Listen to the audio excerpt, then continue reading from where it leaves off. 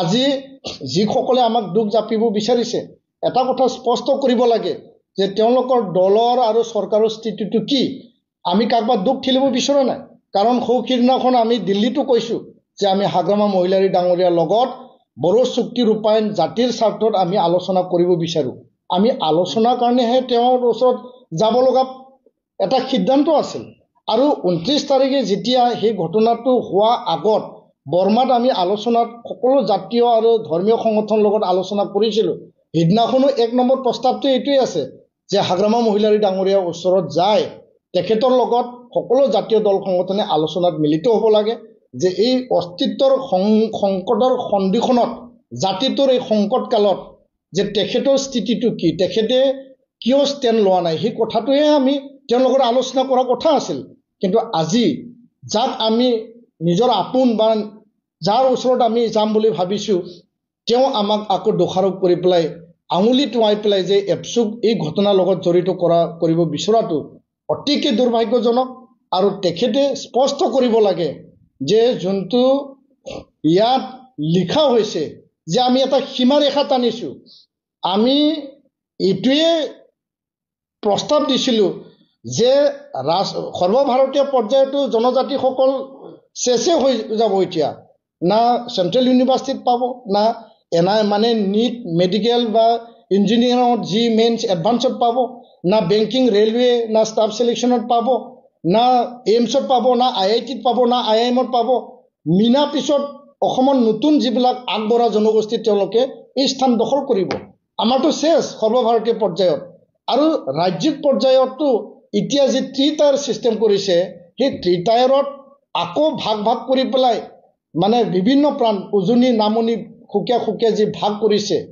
হয় group of মিনিষ্টাৰে কিছু আমাক ৰক্ষণাবেক্ষণ দিব বিচাৰিছে কিন্তু ইয়াত আমি আশ্বস্ত হোৱা নাই কাৰণ যিসকল বিচাৰিছে তেওঁলোককহে বেছি প্ৰাধান্য দিয়া হৈছে এক্সিষ্টিঙক প্ৰাধান্য দিয়া হোৱা নাই সুৰক্ষিত কৰিব বিচৰা এটা দিশ আমি দেখিছো কিন্তু এইটো আমি আশ্বস্ত হোৱা নাই এতিয়া 6 শিডিউল BTC BTR যি শ্বহীদৰ বিনিময়ত 5000 শ্বহীদৰ বিনিময়ত যি নিৰ্মাণ হ'ল যি অধিকাৰ আমি পালো যি সংগ্ৰামখন আমি অস্তিত্বৰ কাৰণে কৰিলো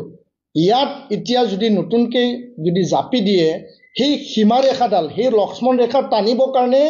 আমি প্ৰস্তাৱ দিছো আৰু আমি কিছু প্ৰস্তাৱ দিয়াৰ কাৰণে চৰকাৰে তাত এটা লক্ষ্মণ ৰেখাও টানিছে আৰু যদি আজি BTC প্ৰধান তেওঁ সেই লক্ষ্মণ ৰেখাটো যদি নালাগে বুলি কয় যে NOCটো যদি নালাগে বুলি কয় তেতিয়াহ'লে আমাৰ আপত্তি নাই এইটো আনডিভাইডেড গোৱালপাৰাৰ বড়ো ৰাইজে সিদ্ধান্ত ল'ব বিটিআৰবাসী বড়ো ৰাইজে সিদ্ধান্ত ল'ব জনজাতি ৰাইজে সিদ্ধান্ত ল'ব আমি কোনো কোচ ৰাজবংশী কোনো সান্তাল কোনো আদিবাসী কোনো আহোম মৰাণ মটক চুতীয়াৰ লগত আমাৰ সংঘাত নাই তেওঁলোকৰ আৰ্থ সামাজিক শিক্ষা তেওঁলোকৰ জাতীয় সমস্যা ভাষা কলা সংস্কৃতিক আমি সন্মান কৰোঁ তেওঁলোকেও অধিকাৰ পাওক কিন্তু কি অধিকাৰ দিয়ে আমাক ক'ব লগা একো নাই কিন্তু আমাৰ অধিকাৰক সৰ্ব কৰি পেলাই আমাৰ অস্তিত্ব সংগ্ৰামৰ লগত জড়িত যি অধিকাৰ আমি পালো সেই অধিকাৰক যদি নস্বাত কৰি নিষেধ কৰি পুনৰ আমাক 34টা বছৰৰ পিছত আকৌ যদি এই অৱস্থালৈ যদি ঠেলি দিয়ে তাত আমাক দুখ আছে তাত মনত আঘাত আছে এই আবেগ আৰু মনৰ আঘাতটো লৈ পেলাই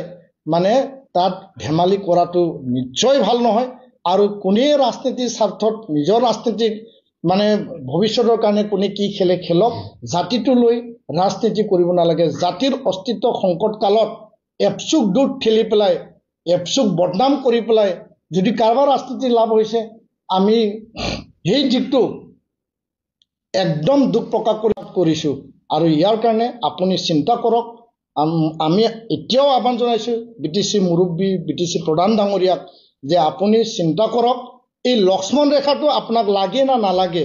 এই লক্ষ্মণ ৰেখাটো আমি যে টানি আনিলো সৰ্বভাৰতীয় পৰ্যায়ত আমি শেষ ৰাজ্যৰ পৰ্যায়তো আমি বহুতো দিশত আমি এতিয়া মানে চেপি ধৰিছে আৰু এই 6 শিডিউলখনক লক্ষ্মণ ৰেখা যি টানি আনিলে তাকো আকৌ যদি আপুনি যদি কাৰোবাৰ লগত উৎসৱ মানে আলোচনা কৰি পেলাই বুজাবুজি কৰিছে সময়ত মই কম সময়ত আমি ক'ব পাৰোঁ আমাৰো বহুত এনেকুৱা আছে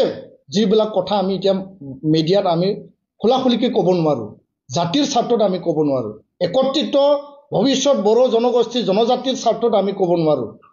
কিন্তু ক'লে ইয়াত বহুতো বিস্ফোৰণ ঘটিব ইয়াৰ কাৰণে মই এইবিলাক কথা ক'ব বিচৰা নাই সেইখিনিয়ে আমাৰ সংবাদমেল যে আমাৰ ৰিজাৰ্ভেশ্যন কি হ'ব আৰু ৰাজ্যত কি হ'ব সেইটো লৈ তেওঁলোকে খুবেই চিন্তিত এই বিষয়টো লৈ পেলাই 29 তাৰিখে পুনৰ বড়োলেণ্ড বিশ্ববিদ্যালয়ৰ পৰা এটা মানে প্ৰতিবাদী ৰেলী হ'ব বুলি প্ৰায় 2 বজাত যেতিয়া কাৰ্যসূচী হৈছে তেতিয়াহে আমিও গম পাইছোঁ কাৰণ সেই সময়ত আমি নিখিল বড়ো ছাত্ৰ সন্থাই প্ৰায় 25টাকে বড়ো জাতীয় দল সংগঠন ধৰ্মীয় সংগঠনক একত্ৰিত কৰি পেলাই বৰ্মাস্থিত এপছু কাৰ্যালয়ত এই বিষয়টোৰ ওপৰত আমি শান্তিপূৰ্ণ আমাৰ নিজৰ স্থিতি আৰু প্ৰতিবাদ আমি কেনেকৈ কৰি যাম ইয়াৰ ওপৰতহে আলোচনা চলি আছে তেনে এটা সময়ত যি পৰিৱেশ সৃষ্টি হ'ল ৰেলী আহিল আৰু এতিয়া আমি সকলো স্তৰৰ পৰা আমাৰ যি ৰিপৰ্ট আমি কালেক্ট কৰিছোঁ যে তাৰ 1:30 বজাত কোকৰাঝাৰৰ পৰা আৰক্ষী বিষয়াসকলে গৈ পেলাই ইউনিভাৰ্চিটিত আলোচনা কৰিছিল সকলো স্তৰত আলোচনা কৰিছে যে প্ৰতিবাদ কৰক শান্তিপূৰ্ণ হওক সকলোৱে ছাত্ৰ ছাত্ৰী মানি লৈছে ৰেলী আহিল বিভিন্ন কলেজৰ পৰা তাত ৰেলীত অংশগ্ৰহণ কৰিলে বিভিন্ন ইউনিভাৰ্চিটি কোকৰাঝাৰ ইউনিভাৰ্চিটি হওক বড়োলেণ্ড ইউনিভাৰ্চিটিত তাত অংশগ্ৰহণ কৰিলে আৰু ৰেলী খুব শান্তিপূৰ্ণভাৱে আহি থাকিল কিন্তু হঠাৎকৈ বড়োলেণ্ড যোনটো BTC ছেক্ৰেটেৰিয়েট এই পুৱা সময়ত কি কাৰণত ছাত্ৰ ছাত্ৰী উত্তেজিত হ'ল আৰু ভিতৰত সোমাই গ'ল সেই কথাটো কোনেও নাজানে আৰু সেই সময়ত আৰক্ষী প্ৰশাসন তাত উপস্থিত আছিল কিন্তু হয়তো তেওঁলোকে কম সংখ্যক হোৱাৰ কাৰণে তেওঁলোকে বাধা প্ৰদান কৰিব নোৱাৰিলে আৰু এই অবাঞ্ছিত ঘটনাৰ কাৰণে আমি দুখ প্ৰকাশ কৰিছোঁ সেই ঘটনাৰ লগত নিখিল বড়ো ছাত্ৰ সন্থা পোনপটীয়াকৈ সেইটো কেন্দ্ৰীয় জিলা আঞ্চলিক কমিটিৰ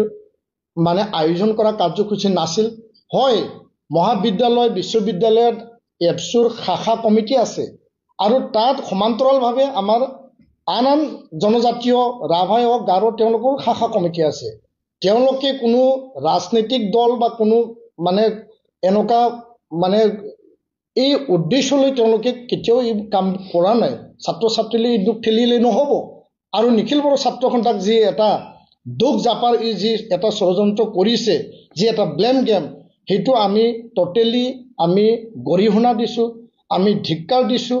এনেকুৱা ৰাজনৈতিক কথাবিলাক এই যি জাতিৰ এটা অস্তিত্বৰ যি সন্ধিখনত জাতিৰ অস্তিত্বৰ এই পৰিৱেশত কৰাটো আমি মানে মুঠেই ভাল পোৱা নাই আৰু এপছু সদায় শান্তিপূৰ্ণ গণতান্ত্ৰিক অহিংস মহাত্মা গান্ধী আৰু উপেন ব্ৰহ্মৰ আদৰ্শৰে আমি কাৰ্যসূচী ৰূপায়ণ কৰি আহিছোঁ আৰু ইয়াৰ কাৰণে চিচিটোৱাই যিখিনি কাৰ্যসূচী আমি লৈছোঁ খুবেই শান্তিপ্ৰিয় খুবেই গণতান্ত্ৰিকভাৱে আমি সেই কাৰ্যসূচী লৈছোঁ আৰু এই ছাত্ৰ ছাত্ৰীৰ যি ৰেলী যি এটা এই ঘটনাটো ঘটিল সেইটো এটা স্পণ্টেনিয়াছ ৰেলী আছিল এইটো এটা স্বতঃস্ফূৰ্ত সকলোৰে আৱেগত ভয়